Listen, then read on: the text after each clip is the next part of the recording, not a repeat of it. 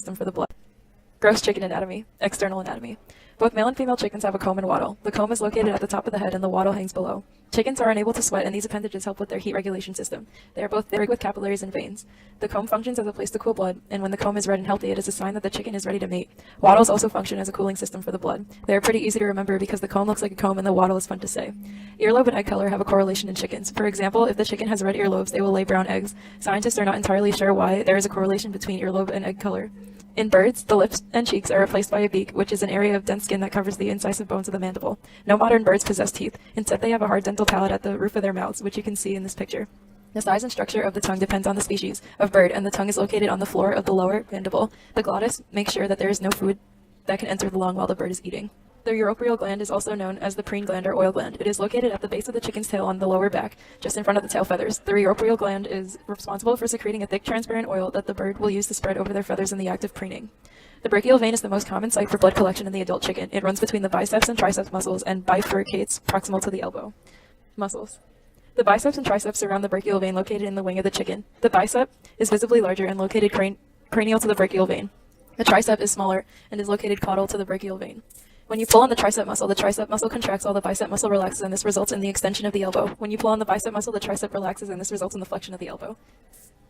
These are the muscles of the pelvic limb that enable flexion, extension, and adduction of the bones of the pelvic limb. The M. iliotibialis originates in the pelvis and inserts at the proximal tibia and patellar ligament. The M. sartorius originates at the lumbosacral area and inserts at the patellar ligament. The M. semitendinosus originates at the ilium and ischium and inserts in the caudal femur.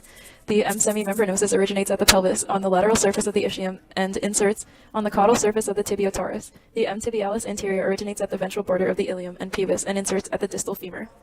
The M. gastrocnemius aids in the flexion of the knee. The muscle is an extension of the foot. It has 3 heads and originates from the distal femur and proximal tibiotaris. The M. adductor longus originates from the superior ramus of the pubis and is inserted into the middle third of the medial lip of the linea aspera. The M. quadriceps femoris aids in the extension of the thigh. Each of the vastus muscles originates on the femur bone and attaches to the patella.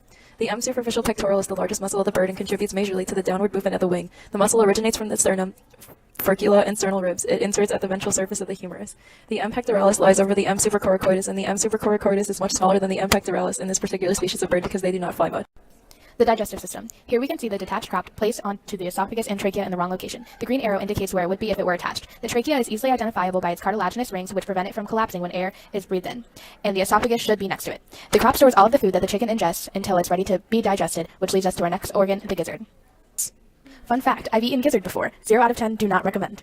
Here you can see the thick muscle, which helps to grind up everything the chicken swallows since it can't chew it. Sometimes the food enters the gizzard after being stored in the crop and exits into the proventriculus after it's adequately ground.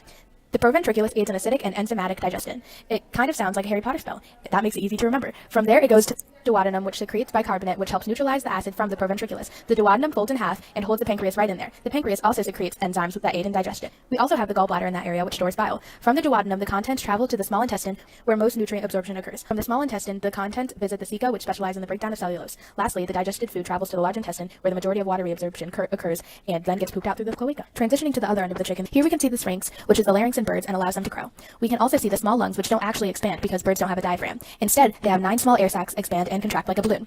Here we have a heart without the pericardial sac. The heart is what pumps blood to the entire body, aiding in nutrient distribution, O2, and CO2 transportation, as well as hormones, waste products, and heat. In birds, the heart-to-body ratio is a lot larger than in other mammals. Their cardiac output is greater as well. The right side of the heart contains deoxygenated blood and pumps to the lungs, and the left side contains oxygenated blood that pumps to the rest of the body. So now we're going to look at some organs that have multiple functions, the main one being blood filtration. Kidneys filter waste from blood and excrete it in the form of uric acid. The liver also filters blood, but also makes a lot of enzymes and proteins that aid in digestion, like bile, storage of glycogen, and vitamins, one of which is vitamin K, which we know is very important in blood clotting. The spleen acts like a recycling center for red blood cells. It kills damaged red blood cells by squeezing them to death in tiny vessels, while healthy ones pass through because they can withstand the pressure. So now we're going to do the reproductive systems. Female reproductive tract. Starting at the ovary, we can see the follicles. Once they become mature, they are released from the ovary and travel to the infundibulum, where they spend 15 minutes. This is where it would get fertilized if sperm was present. Next, it travels to the magnum, where it would spend about 3 hours forming the albumin, or egg white. Next, the follicle reaches the isthmus, where it will spend about 75 minutes getting its membrane. Lastly, the follicle will spend about 20 hours getting coated with calcium carbonate, 47% of which comes from the hen's bones. This entire process takes 25 to 26 hours to complete and starts all over again within 30 to 75 minutes of ending. Only one side of the ovary and oviduct develop. In this image, we can see F1 to F4, F1 being the largest, most developed follicle, and F4 being the youngest of the mature. Follicles are the part of the egg that we know as the yolk. It gets its yellow color from xanthophylls. Male anatomy is much less interesting. Here you can see the testes, where sperm is stored in the vas deferens, which carries the mature sperm to the urethra. Birds contain their testes within their body cavity.